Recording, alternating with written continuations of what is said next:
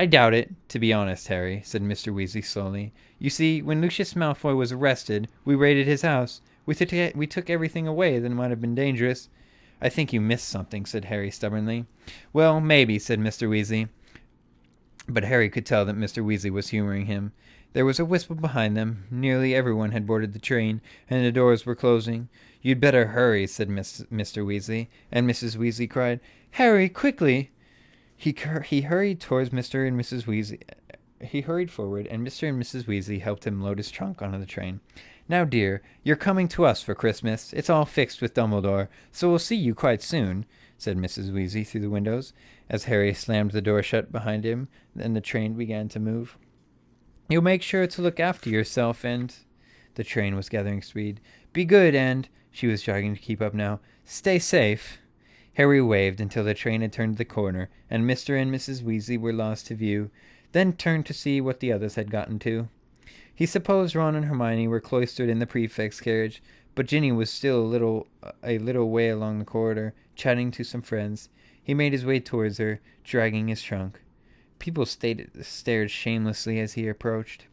They even pressed their faces against the window of their compartments to get a better look at him.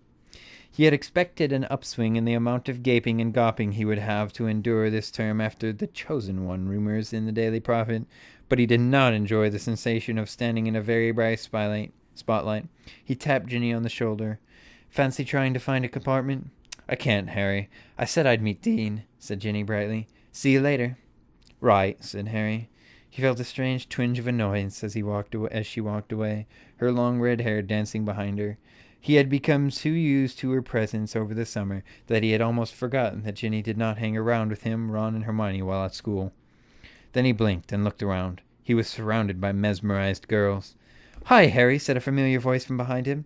"Neville," said Harry in relief, turning round to see a round-faced boy struggling towards him. "Hello, Harry," said a girl with long hair and large misty eyes, who was just behind Neville. "Luna, hi, how are you?" "Very well, thank you," said Luna. She was clutching a magazine to her chest. Large letters on the front announced that there was a pair of free spectrospecs inside. "Quibbler still going strong, then?" asked Harry, who felt a certain fondness for the magazine, having given it an exclusive interview the previous year.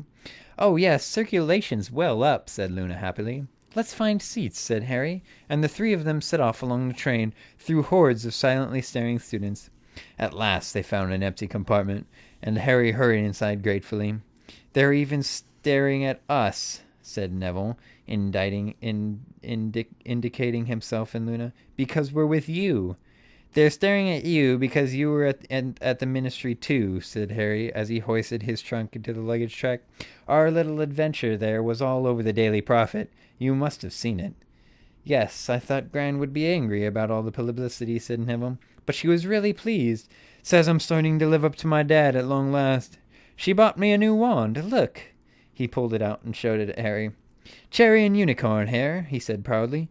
"We think it was one of the last Ollivander ever sold. He vanished the next day." "Oi, come back here, Trevor," as he dived under the seat to retrieve his toad as it made one of its frequent bids for freedom. "Are we still doing DA meetings this year, Harry?" said Luna, who was detaching a pair of psychedelic spectacles from the middle of the Quibbler. "No point now that we've got rid of Umbridge, is there?" said Harry, sitting down. Neville bumped his head again on the seat as he emerged from under it. He looked most disappointed. "I liked the DA. I learned loads from you." "I enjoyed the meetings too," said Luna sincerely. "It was like having friends." This was one of the most uncomfortable things Luna often said, and which made Harry feel a squirming mixture of pity and embarrassment. Before he could respond, however, there was a disturbance outside the compartment door. A group of fourth-year girls was whispering and giggling together on the other side of the glass. "You ask him?" "No, you." "I'll do it."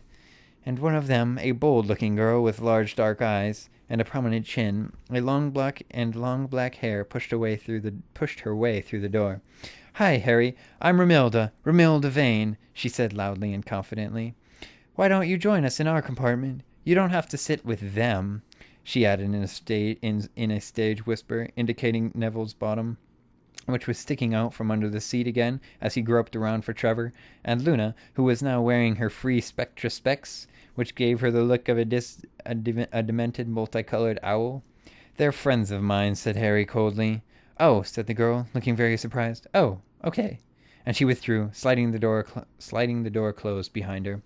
"People expect you to have cooler friends than us," said Luna, once again displaying her knack for embarrassing honesty. "You are cool," said Harry shortly. "None of them was at the ministry. They didn't fight with me." That's very nice things to say about us," beamed Luna. Then she pushed her spectro specs farther up her nose and settled down to read The Quibbler. "We didn't face him, though," said Neville, emerging from under the seat with fluff and dust in his hair and a resigned-looking Trevor in his hand. "You did. You should hear my grand talk about you. That Harry Potter's got more backbone than the whole Ministry of Magic put together. She'd give anything to have you as a grandson." Harry laughed uncomfortably and changed the subject to owl results as soon as he could, while Neville recited his grades and wondered aloud whether he would be allowed to take Transfiguration Newt with only an acceptable. Harry watched him without really listening. Neville's childhood had been blighted by Voldemort just as much as Harry's had, but Neville had no idea how close he had become to having Harry's destiny. The prophecy could have referred to either of them, yet, for his own inscrutable reasons, Voldemort had chosen to believe that Harry was the one meant. Had Voldemort chosen Neville, it would have been Neville sitting opposite Harry, bearing the lightning-shaped scar and the weight of the prophecy. Or would it? Would Neville's mother really have died to save him, as Lily had died for Harry? Surely she would. But what if she had been able to stand between where her son and Voldemort were? Would there have then been no chosen one at all? An empty seat where Neville now sat, and the scarless Harry, who would have been kissed goodbye by his own mother, not Ron's. "You all right, Harry? You look funny," said Neville. Harry startled. "Sorry, Waxpert got you?" asked Luna sympathetically, peering at Harry through her enormous colored spectacles. What? "A Waxpert. They're invisible. They float in through your ears and make your brain go fuzzy," she said. "I thought I felt one zooming around in here." She flapped her hands in thin air, as though beating off large invisible moth. Harry and Neville caught each other's eyes and hastily began to talk of Quidditch. The weather beyond the train windows was as patchy as it had been all summer. They passed through the stretches of the chilling mist, then out into weak, clear sunlight. It was during one of the clear spells, when the sun was visibly almost directly overhead, that Ron and Hermione entered the compartment at last.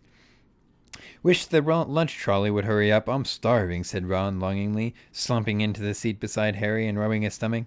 "Hi, Neville. Hi, Luna. Guess what?" he added, turning to Harry. "Malfoy's not doing prefect duty.